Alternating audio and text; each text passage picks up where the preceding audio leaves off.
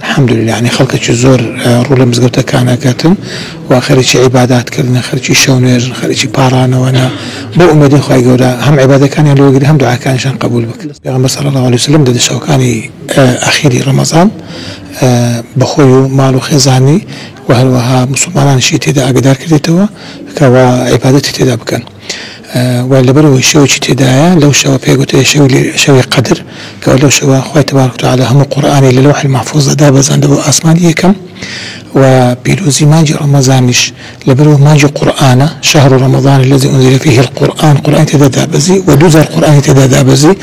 لبرو بيروزي أو ما قال بيروزي قرآن داهية لبرو أخوي تبارك وتعالى بس لقرآن أكا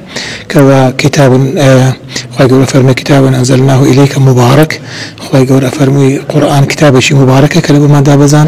وهروها أخوي يقول وصف الشيء ليلة القدر شكا فرمي إنا أنزلناه في ليلة مباركة كواتا أخوي يقول قرآن ككتاب مباركة لشيء مبارك شيء نازل كرد لبو أمتك مباركة وأمتي إسلامة وأود شوانا بيان قلت لي شواني الرئيس قلتن يعني أو بريك أخوي يقول الرئيس إلى قرآن دا قلت كوا قرآن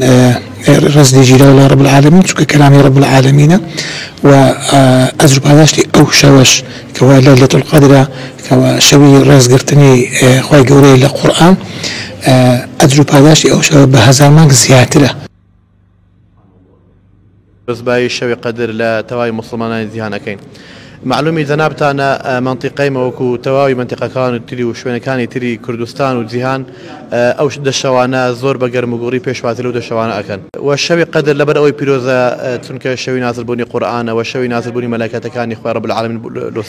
لو سر زوي والشوك كإخوة رب العالمين أفرمودن أزر باداشتي هزار مانجو أدمي بتنها شوك براستي يعني حيفا كمسلمان لو شوا خوان ما عندنا كان بس الحمد لله أوصل خلق جيزور هروك وجوتم لتواوي كردستان بتاعتي لما انتقي ما خلق رويكريتا مزجوتي ورويكريتا مالكان إخوة أو شوانان باجر مغري